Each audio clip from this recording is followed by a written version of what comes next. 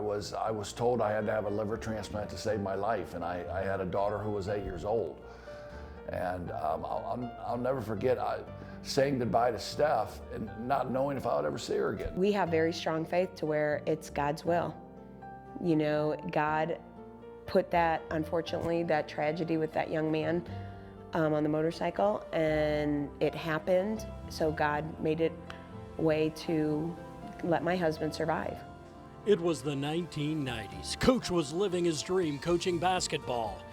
His world came crashing down when he got the news that he needed a new liver to survive.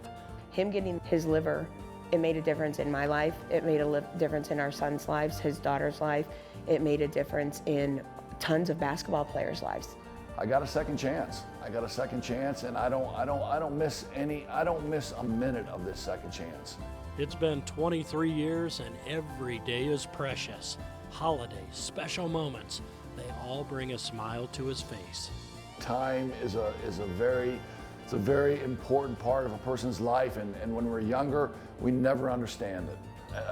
As we get older, we try and grab every minute of that time, and then we understand the impact that we can make on people's lives. He's always been a fierce competitor, not used to losing, and he didn't plan on falling short in this fight.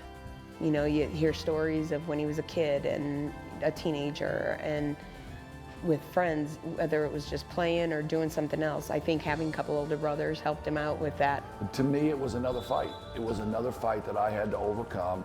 It was the fourth quarter. It was all those old cliches, and I just had to stay in there and fight through it and trust my doctors. It just makes me so happy that he's not just going, okay, I got one, I'm good. You know, he needs people to be aware of it. Numbers are important to this guy. He's in his third year at Mishawaka, career wins approaching 400.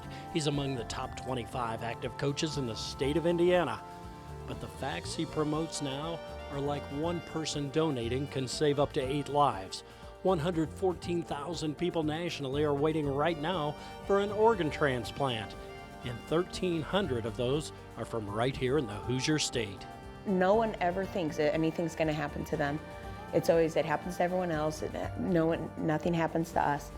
But what if it was your loved one? I always say, don't take your organs to heaven. Heaven knows we need them here.